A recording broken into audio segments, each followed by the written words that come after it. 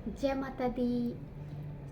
चैत्र नवरात्रि के पावन 9 दिनों की शक्ति की साधना। आइए देखते हैं कैसे हम साधना कर सकते हैं। जो व्यक्ति चैत्र नवरात्रि पे माता रानी की साधना करना चाहते हैं वह लोग जो है किस प्रकार से साधना करेंगे, आज आपको मेरी वीडियो के माध्यम से सब कुछ आपको बताया जाएगा। लेकिन वीडियो को आप अंत तक जरूर देखिएगा।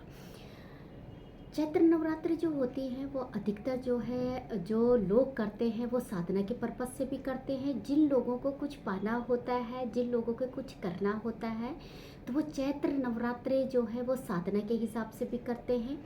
और वैसे गृहस्थ लोग भी जो है चैत्र नवरात्रि को करते हैं।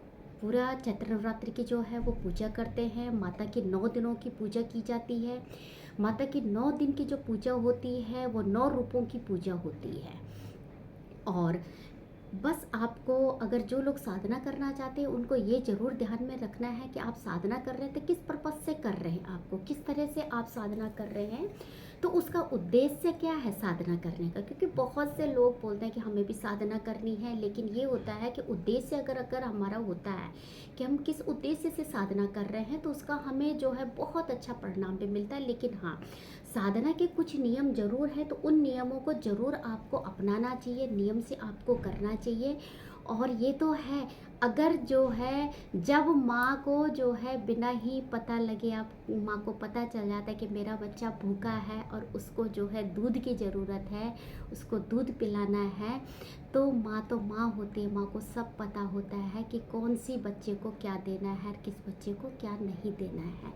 तो ये आप जो है 9 दिन जो है माता के रूपों की, आप अलग अलग रूपों की आप पूजा जरूर कीजिए और आपको बहुत अच्छा परिणाम इसमें मिलता है। साथ में उद्देश्य ज़रूर होना चाहिए कि आपको किस प्रकार से, आपको जो है किस तरह से आप साधना करना चाहते हैं।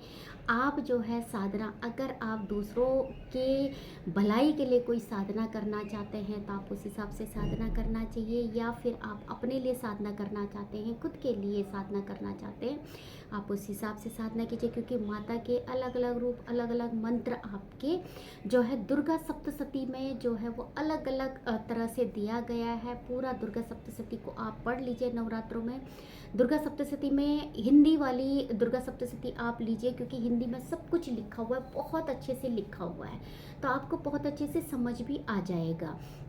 इसके साथ में जो गृहस्थ लोग होते हैं, जिनका परिवार है, गृहस्थी जीवन है, तो उनको तो सिर्फ मैं एक ही चीज़ कहूँगी कि वो लोग जो है कलश पूजन और कन्या पूजन तक आप जो है स्वास्तिक भोजन बनाए हैं, और आप जो है अपना घर में जो है बहुत स्वास्तिक तरीके से आप रहिए। और जो लोग साधना के पर्पज़ से जो है नवरात्रि का पाठ करना चाहते हैं, नवरात्रि के जो है व्रत करना चाहते हैं, तो उन लोगों को ब्रह्मचारी का पालन जरूर करना चाहिए। क्योंकि ब्रह्मचारी का पालन जो होता है उसमें विशेष ध्यान रखना होता है। वैसे तो सभी के लिए ये नियम लागू होते हैं कि 9 दिन आपको बाल नहीं काटना, नाखून नहीं काटना है, हेयर कट नहीं करनी है, और आप जो है ज़मीन पर आपको सोना चाहिए। और कुछ नियम इस तरह से होते हैं नवरात्रि के दिनों में। और जितना हो उतना आप सच का साथ दें, सच्चाई से आपको बोलना, क्रोध आपको बिल्कुल भी नहीं करना, मन को आपको आराम से, आपको शांत रहना चाहिए। और मन को जब आप, जितना आप शांत रखते हैं, धैर्यपूर्वक रखते हैं, तो उतना आपके लिए अच्छा होता है, उतना ही आपको जो है माँ का जो है उतना ही आपको प्रभाव इसमें आपको मिलता है। इसके साथ में जब आप अपने दिल दिमाग को एक शांतिपूर्वक आप रखते हैं, मन को आप शांत करते हैं, तो उसका प्रभाव आपको बहुत जल्दी आपको मिलता है। क्योंकि 9 दिनों की जो साधना होती है वो 9 दिन आप जो है अपनी इंद्रियों को आप जागृत कर सकते हैं। जब हम अपनी इंद्रियों को जागृत कर सकते हैं, जब हम अपनी इंद्रियों को बस में कर सकते हैं, तो बहुत कुछ कर सकते हैं। और उस व्यक्ति के अंदर एक दिव्य ज्ञान आ जाता है, दिव्य शक्ति आ जाती है। वही लोग एक दिव्य पुरुष भी बन जाते हैं जब वो जो है किसी भी मंत्र को साध लेते हैं, किसी भी साधना को आप जो है वो साध लेते हैं। और इसके साथ में जब भी आप जो है साधना आप करना चाहते हैं, तो कोई सा भी एक मंत्र आप जो है अपने लिए ज़रूर आप सिद्ध करें।